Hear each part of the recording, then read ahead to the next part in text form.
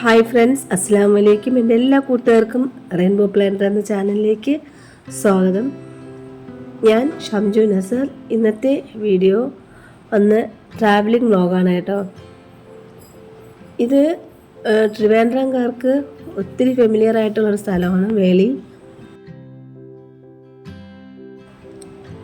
ഏതൊരു യാത്രയായിരുന്നാലും നമ്മൾ അത് ചെറുതോ വലുതോ ആയിക്കോട്ടെ, നമ്മൾ ഫാമിലിയോടൊപ്പം സന്തോഷത്തോടെ പോകുന്ന ഓരോ യാത്രകളും നമുക്കതൊരു മെമ്മറിയാണ്.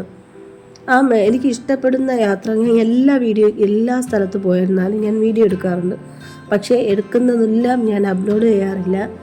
എനിക്കതിൽ സന്തോഷം തോന്നുന്ന കാര്യങ്ങളാണെങ്കിൽ മാത്രമേ ഞാൻ യൂട്യൂബിൽ അപ്ലോഡ് ചെയ്യാറുള്ളൂ. കാരണം അത് എനിക്ക് എപ്പോഴും കാണാനും, അത് ഇതിനു മുമ്പേ നമ്മൾ പോയ യാത്രകളാണ്, ഇങ്ങനെയൊക്കെ സംഭവിച്ചു എന്നൊക്കെ നമുക്കതൊരു മെമ്മറി ആയിട്ടിരിക്കട്ടെ എന്നാണ് ഇത് കണക്കാക്കുന്നത്. പിന്നെ വേറൊരു കാര്യം പറയാൻ, ട്രിവാൻഡ്രത്താണ് ഈ വേളി എന്ന് പറയുന്ന സ്ഥലമുള്ളത് കേട്ടോ. അപ്പോൾ അതുപോലെ തന്നെ ട്രിവാൻഡ്രം എക്സ്പ്ലോർ ചെയ്യാൻ ആഗ്രഹമുള്ള ഒരുപാട് ആൾക്കാരുണ്ട്. അപ്പോൾ സ്വന്തം നാട്ടിലെ ഒരുപാട് ടൂറിസ്റ്റ് പ്ലേസുകൾ നമ്മൾ കണ്ട് നമുക്ക് സുപരിചിതമായിട്ടുള്ള സ്ഥലമായിരിക്കും. പക്ഷേ ഇതൊന്ന് കാണാൻ ആഗ്രഹിക്കുന്ന ഒത്തിരി ആൾക്കാരുണ്ട്.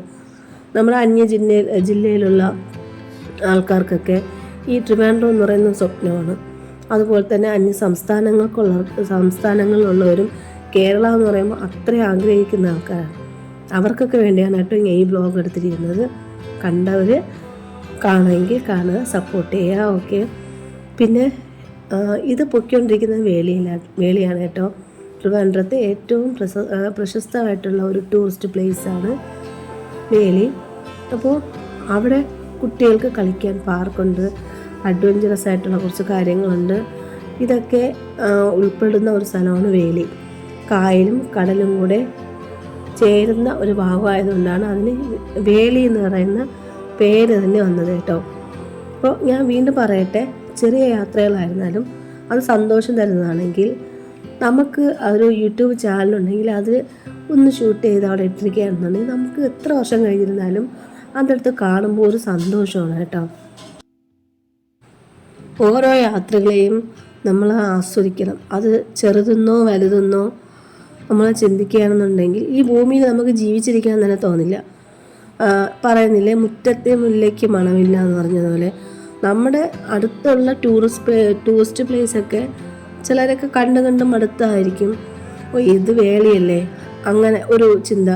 അല്ലെങ്കിൽ ഇതൊരു കോവളമല്ലേ, ഇത് ശംഖുമുഖമല്ലേ, ഇതുപോലും കാണാൻ സാധിക്കാതെ വീട്ടിനകത്തിരിക്കുന്ന ഒരുപാട് ആൾക്കാരുണ്ട്. അവർക്കൊക്കെ വേണ്ടിയാണ് ഞാൻ ഈ വീഡിയോ ഇടുന്നത്. അതെല്ലാവരും കണ്ടിട്ട് സപ്പോർട്ട് ചെയ്യണം, ലൈക്ക് ചെയ്യണം, കമൻറ്റ് ചെയ്യണം. ഓക്കെ. പിന്നെ വേളിയിലെത്തി പ്രവേശന ടിക്കറ്റ് നമ്മൾ എടുക്കണം കേട്ടോ. അതെടുത്തിട്ടാണ് കയറാനുള്ളത്. ആ വൈറ്റ് ഷർട്ട് വന്ന് ഇക്കാടെ ചേട്ടനും, ആ ബ്ലൂ ഷർട്ട് തിരിഞ്ഞ് നടന്നില്ലേ, അത് ഇക്കാടെ വാപ്പായാണ് കേട്ടോ. അപ്പോൾ ഇത് അകത്തുള്ള പാർക്കാണ്. ഒരുപാട് ചെടികൾ ഇവിടെ ഉണ്ട് കേട്ടോ. അത് നല്ല രീതിയിൽ അവർ വളർത്തുന്നുണ്ട്, നല്ല വൃത്തിയോടെ. എൻ്റെ നോട്ടമൊക്കെ ഇതാണ്, കുട്ടികൾക്ക് കളിക്കുക, പാർക്കിൽ പോവുക, കളിക്കുക എന്നുള്ളത്. എനിക്ക് ഈ ചെടികളൊക്കെ നോക്കി അങ്ങ് നടക്കുക എന്നുള്ളതാണ്. ഇതിൽ വീഡിയോ 3/4 ഭാഗം എടുത്തിട്ടുള്ളത് എൻ്റെ മോനാണ് കേട്ടോ. അപ്പോൾ അവന് കുറച്ച് കൈമണം കൊടുത്താൽ അവൻ വീഡിയോ എടുത്ത് തരും. അവന് ഒരു കായ്ക്കുടുക്കയുണ്ട് കേട്ടോ. അതിൽ അവന് ഞാൻ കൊടുക്കുന്ന പൈസ സൂക്ഷിച്ച് വെച്ചിട്ട് ഒരു വർഷം ആകുമ്പോഴേക്കും അതെടുത്ത് അവന് ആവശ്യമുള്ള എന്തെങ്കിലും, അവൻ ഡ്രസ്സ് ചിലപ്പോൾ എടുക്കാറുണ്ട്. അവന് പേന എന്നൊക്കെ പറയുമ്പോൾ നല്ല ക്രേസാണ്. പേന, അതുപോലെ തന്നെ ബുക്സുകളുണ്ടല്ലോ, അതൊക്കെ അവന് വാങ്ങാൻ നല്ല ഇഷ്ടമാണ്. അപ്പോൾ അതുകൊണ്ട് ഞാൻ ഇടയ്ക്കിടയ്ക്ക് ഇതുപോലെ 10, 20, 50 എൻ്റെ കയ്യിൽ അങ്ങനെ എന്തെങ്കിലും എന്നെ സഹായിക്കുമ്പോഴൊക്കെ ഞാൻ കൊടുക്കും. നിങ്ങളതങ്ങനെ ചെയ്യണം കേട്ടോ. കുട്ടികൾക്ക് അത് നല്ല ഒരു ഇതാണ്.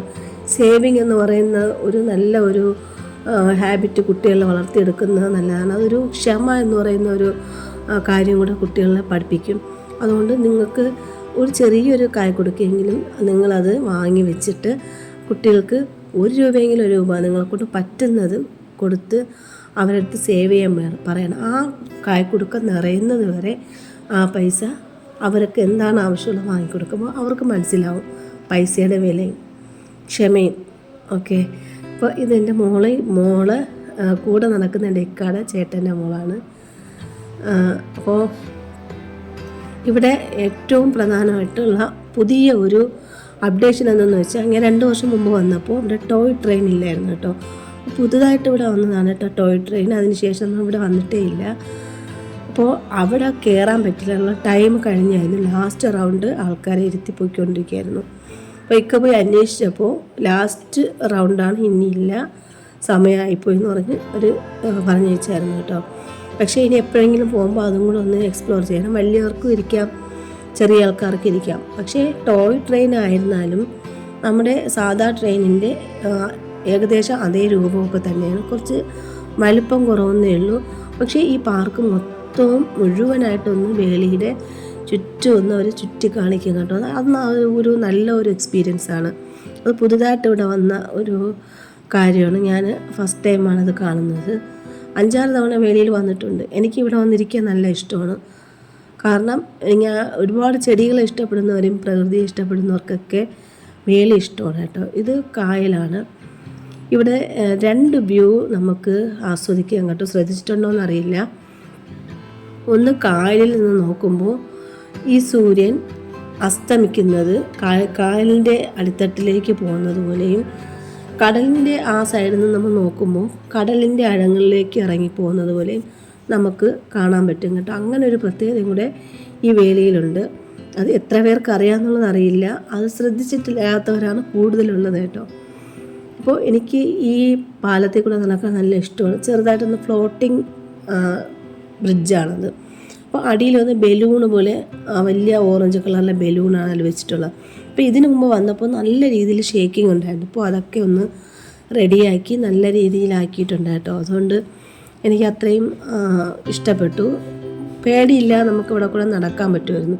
ചിലരൊക്കെ അത് ഷേക്കാവുന്നത് കണ്ടുകൊണ്ട് മനഃപൂർവ്വം കണ്ട് ചാടും കേട്ടോ. അത് അവർ എൻജോയ് ചെയ്യുന്നതാണ്. എന്നാലും ഓക്കെ, എനിക്ക് പേടിയായിരുന്നു. ഇപ്പോൾ ഓക്കെ, എല്ലാം റെഡിയായി. പിന്നെ അടുത്തത് ഹോഴ്സ് റൈഡിങ് ആണ് കേട്ടോ. അവിടെ കൂടുതലും കൊച്ചു കുട്ടികളാണ് ഹോഴ്സ് റൈഡിങ് ചെയ്യാറുള്ളത്. അപ്പോൾ ഫസ്റ്റ് ട്രിപ്പായിട്ട് എൻ്റെ മോനെയാണ് കയറ്റി വിട്ടത്. മോള് നല്ല കുഞ്ഞായിരിക്കുമ്പോൾ അവൾക്ക് ഓർമ്മയില്ലാത്ത സമയത്ത് ഒരിക്കൽ കയറിയിട്ടുണ്ട്. മോന് 2-3 പ്രാവശ്യം കയറിയിട്ടുണ്ട്. അതുകൊണ്ട് അത് ഫസ്റ്റ് ടൈം കയറിയതിൻ്റെ പേടിയൊക്കെ അവൾക്ക് ഉണ്ടായിരുന്നു കേട്ടോ. എന്ന് വെച്ചാൽ കുതിര വന്നിങ്ങനെ ഷേക്കാവുമ്പോൾ ഒരു സൈഡിലേക്ക് ചരിയുന്നത് പോലെ അവൾക്ക് ഫീൽ ചെയ്യുന്നുണ്ട്. പിന്നെ മോൻ അവളെ ഇറുക്കി പിടിച്ചിട്ടുണ്ടായിരുന്നു. ഇങ്ങനെയൊക്കെ കയറിയൊന്ന് പഠിക്കണമല്ലോ. നമ്മളൊക്കെയല്ലേ ഈ ആഗ്രഹങ്ങളൊക്കെ മക്കൾക്ക് സാധിച്ചു കൊടുക്കണം. ഇത് ബാക്കിൽ നിന്ന് പോകുന്ന ഇക്കയുടെ സഹോദരൻ്റെ മോളാണ് കേട്ടോ. അങ്ങനെ ഹോഴ്സ് റൈഡ് ഒരു അവരെ കടലിന് ചുറ്റും ഒന്ന് കൊണ്ട് നടത്തിയിട്ട് കൊണ്ടുവന്നു. പക്ഷെ ഒരുപാട് ടൈമൊന്നും എടുത്തില്ല എന്നാണ് എനിക്ക് തോന്നുന്നത്. ഒരു 10-15 മിനിറ്റ് ആയപ്പോഴേക്കും അവർ തിരികെ എത്തിയായിരുന്നു. എനിക്ക് കുതിരയിൽ കയറാൻ പേടിയായിരുന്നു. എന്നെ ചോദിച്ചു, എനിക്ക് കയറാൻ പേടി. കാരണം വേറെ എവിടെയെങ്കിലും കൊടൈക്കനാൽ പോയപ്പോൾ കുതിര ചെറുതായിട്ടൊന്ന് ഇരുന്ന് തരുമായിരുന്നു. നമുക്ക് കയറാനും കുറച്ചും കൂടെ, അല്ലെങ്കിൽ ഒരു സ്റ്റൂണോ കസേര ഇട്ടിട്ടുണ്ട്, നമുക്ക് അതിൽ ചവിട്ടി കയറാം. ഇത് അങ്ങനെയൊന്നും പറ്റില്ല. അതുകൊണ്ട് റിസ്ക് എടുത്തില്ല. ഇതാണ് നമ്മൾ എപ്പോഴും വേളിയിൽ വരുമ്പോൾ എക്സ്പ്ലോർ ചെയ്യുന്ന മെയിനായിട്ടുള്ള കാര്യമാണ് കേട്ടോ. ഈ റിങ് എറിഞ്ഞ് സാധനം എടുക്കുന്നത്. പക്ഷേ എല്ലാ തവണ പോകുമ്പോഴും നമുക്ക് എന്തെങ്കിലും ഒന്ന് കിട്ടും. ഒന്നിലൊരു ഫ്രൂട്ടി, അല്ലെങ്കിൽ ബിസ്ക്കറ്റ്, സോപ്പ്, എന്തെങ്കിലും ഒന്ന് കിട്ടാതിരിക്കില്ല. ഇത് കിട്ടുന്നത് കൊണ്ട്, കാരണം വെച്ചാൽ ഒരു പ്രൈസ് നമുക്ക് ഫ്രീ ആയിട്ട് അത് കിട്ടുമ്പോൾ അതൊരു സന്തോഷമല്ലേ. അത് ഒരു സോപ്പ് ഡപ്പി ആയിരുന്നാലും ശരി, ഒരു ബ്രഷ് ആയാലും ഒരു പേസ്റ്റ് ആയിരുന്നാലും അതൊരു സന്തോഷമാണ്. പക്ഷേ ഇപ്രാവശ്യം 2 ചേട്ടനും അനിയനും ഇറങ്ങിയിട്ടും കിട്ടിയില്ല. അങ്ങനെ അത് കഴിഞ്ഞ് നേരെ ബീച്ചിലേക്ക് പോയപ്പോഴാണ് അവിടെ ഒരുപാട് പട്ടങ്ങളുണ്ട് കേട്ടോ. അവിടെ പട്ടം വിൽക്കാനായിട്ട് ഒരു ചേട്ടൻ ഇപ്പോൾ ഉണ്ടായിരുന്നു. 100 രൂപയാണ് ഒരു പട്ടത്തിന് കേട്ടോ വില. പക്ഷേ എൻ്റെ കയ്യിൽ ഒരു പ്ലാസ്റ്റിക് പട്ടമുണ്ട്. നമ്മൾ വാഗമണിൽ പോയപ്പോൾ അവിടെ വാങ്ങിയത് ഡ്രാഗൺ പട്ടം എന്ന് പറയാൻ കേട്ടോ. അത് നല്ല ഉയരത്തിൽ നന്നായിട്ട് പറക്കും. പക്ഷേ ഓരോ തവണയും ബീച്ചിൽ വരുമ്പോഴും അത് എടുത്തുകൊണ്ട് വരണമെന്ന് വിചാരിക്കും, മറന്നു. പക്ഷേ ഇത് നഷ്ടമാണ്. അത് 100 രൂപയ്ക്ക് അത് കൊള്ളായിരുന്നു. 100 രൂപയേ ഉള്ളൂ. തുണി കൊണ്ടുള്ള പട്ടമാണത്. അങ്ങനെ മീൻ പിടിക്കാൻ പോകുന്ന കപ്പലാണ് ഞാൻ സൂം ചെയ്യാൻ നോക്കുന്നത്. നമ്മളെ ഈ ഫോൺ കൊണ്ട് പറ്റുന്ന രീതിയിൽ ഞാൻ എടുത്തിട്ടുണ്ട് കേട്ടോ. പിന്നെ സുരക്ഷയുടെ ഭാഗമായിട്ട് അവിടെ കയറ് വെച്ച് വേർതിരിച്ച് വെച്ചിട്ടുണ്ട് കേട്ടോ. ആരും അങ്ങോട്ട് ഇറങ്ങരുത്. കുറച്ച് ശക്തമായ തിരമാലകളാണ് അവിടെ അടിക്കുന്നത്. അതുകൊണ്ട് കുട്ടികളെയൊക്കെ നമ്മൾ സൂക്ഷിച്ചാണ് നിർത്തിയിരുന്നത്. കാല് നനയ്ക്കാനൊന്നും ഇറങ്ങിയില്ലായിരുന്നു കേട്ടോ. എന്നല്ലേ ഈ സൺറൈസ് എന്ന് പറയുന്നതും അതുപോലെ തന്നെ സൺസെറ്റും ഉണ്ട്. പക്ഷേ സൺസെറ്റാണ് എനിക്ക് കൂടുതലിഷ്ടം. ഞാൻ സൺസെറ്റാണ് കണ്ടിട്ടുള്ളത്. സൺറൈസ് ഞാൻ ഇതുവരെ കണ്ടിട്ടില്ല. അത്രയും നേരത്തെയൊന്നും നമ്മൾ ഇതുവരേക്കും കടലിലൊന്നും പോയിട്ടില്ല, ബീച്ചിലൊന്നും പോയിട്ടില്ല. അതുകൊണ്ട് സൺറൈസ് എനിക്ക് കാണാൻ പറ്റിയിട്ടില്ല. സൺസെറ്റേ കണ്ടിട്ടുള്ളൂ. എനിക്കൊരാഗ്രഹമുണ്ട് അത് കാണണമെന്നുള്ളത്. പിന്നെ ഇത് ഏറുപടപ്പ് എന്ന് പറയുന്ന ഒന്നാണ് കേട്ടോ. അവിടെ വിൽക്കാൻ വെച്ചിട്ടുണ്ട്. അത്ര വലിയ ഡേഞ്ചറായിട്ടുള്ള കാര്യമൊന്നുമല്ല. അതെല്ലാം കഴിഞ്ഞ് നേരെ മാൾ ഓഫ് ട്രിവാൻഡ്രത്തിൽ പോയി. അവിടെ രാമചന്ദ്ര അറിയാലോ, ട്രിവാൻഡ്രത്തുള്ളവർക്ക് എല്ലാവർക്കും അറിയായിരിക്കും. അവിടെ ഒരു ചെറിയ സ്റ്റോളുണ്ട് കേട്ടോ. അവരുടെ ഒരു ബ്രാഞ്ച് അവിടെ തന്നെ ഉണ്ട്. പക്ഷേ നല്ല വിലക്കുറവാണ് കേട്ടോ. നമുക്ക് ഈ മാളിനകത്താണ് ഇരിക്കുന്നതെന്ന് പറഞ്ഞ് ഇതിന് വിലയൊന്നും അധികം കൂട്ടിയിട്ടൊന്നുമില്ല. മാസത്തിലൊരിക്കൽ നമ്മളിവിടെ വരാറുണ്ട്. ഇത് ഏകദേശം 3 മാസമായി നമ്മളിവിടെ നിന്ന് വാങ്ങാൻ തുടങ്ങിയിട്ട്. കാരണം അറിഞ്ഞത് ഒരുപാട് താമസിച്ചാണ്. എൻ്റെ ഇക്കാടൊരു സുഹൃത്ത് വഴിയാണ് നമ്മളിങ്ങനെ ഒരു സ്റ്റോൾ ഇവിടെ ഉള്ളതായിട്ട് നമ്മൾ അറിഞ്ഞു വന്നത്. അട്ടക്കുളങ്ങരേക്കാളും നമുക്ക് ഇവിടെ വന്ന് നിന്ന് നല്ല രീതിയിൽ പർച്ചേസ് ചെയ്യാൻ പറ്റും കേട്ടോ. എനിക്കിവിടെ ഏറ്റവും കൂടുതൽ ലാഭമായിട്ട് തോന്നിയിട്ടുള്ളത് മാവ്, പിന്നെ അതുപോലെ തന്നെ നൂഡിൽസ്, മസാല, എണ്ണ, ഇതുപോലെയുള്ള സാധനങ്ങളൊക്കെ, വെജിറ്റബിൾസൊക്കെ കൊള്ളാം, കുഴപ്പമില്ല. അതൊക്കെ ഇവിടെ നിന്നാണ് വാങ്ങുന്നത്. ഇതൊരിക്കലും പെയ്ഡായിട്ടുള്ള പ്രൊമോഷനൊന്നുമല്ല. ഞാൻ എൻ്റെ സ്വന്തം അഭിപ്രായമാണ് കൂട്ടുകാരായിട്ട് പങ്കുവയ്ക്കുന്നത്. ട്രിവാൻഡ്രത്തുള്ളവർക്ക് അത് ഉപകാരമാകും കേട്ടോ. 3 മാസം കൊണ്ട് നമുക്ക് അത്യാവശ്യം വീട്ടിലുള്ള വെജിറ്റബിൾ മുതൽ ഫ്രൂട്ട്സ്, വീട്ടിലേക്ക് ആവശ്യമായിട്ടുള്ള പലവ്യഞ്ജന സാധനങ്ങൾ എല്ലാം, ബുക്ക് വേണോ, പാത്രങ്ങൾ വേണോ, ഇലക്ട്രോണിക് സാധനങ്ങൾ എല്ലാം ഇവിടെ നിന്ന് തന്നെയാണ് വാങ്ങുന്നത് കേട്ടോ. അപ്പോൾ എല്ലാ കൂട്ടുകാരും റെയിൻബോ പ്ലാന്റർ എന്ന ചാനൽ ലൈക്ക് ചെയ്യുക, ഷെയർ ചെയ്യുക, സബ്സ്ക്രൈബ് ചെയ്യാതെ കാണുന്നതെങ്കിൽ സബ്സ്ക്രൈബ് ചെയ്ത് സപ്പോർട്ട് ചെയ്യണം.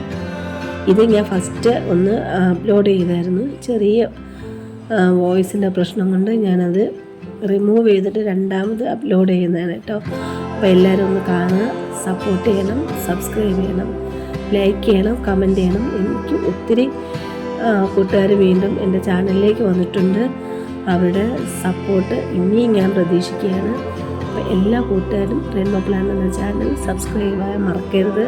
നിങ്ങളുടെ സപ്പോർട്ടാണ് എൻ്റെ ഈ ചാനലിൻ്റെ വളർച്ചയ്ക്ക് അത്യാവശ്യം. അപ്പോൾ എല്ലാ കൂട്ടുകാരും ട്രിവാൻഡ്രത്തോട്ട് വരികയാണെന്നുണ്ടെങ്കിൽ ഈ വേളി, അതുപോലെ തന്നെ നിങ്ങൾക്ക് ഒരു ബഡ്ജറ്റ് ഫ്രണ്ട്ലി ആയിട്ടുള്ള സാധനം വാങ്ങാനായിട്ട് ഈ രാമചന്ദ്രയിലേക്ക് വരാം.